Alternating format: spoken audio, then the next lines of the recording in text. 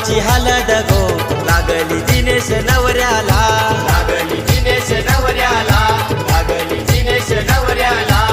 देव पूजन करून सुपारी ठेवली गणपती देवाची गो, देव पूजन करून सुपारी ठेवली गणपती देवाची गो.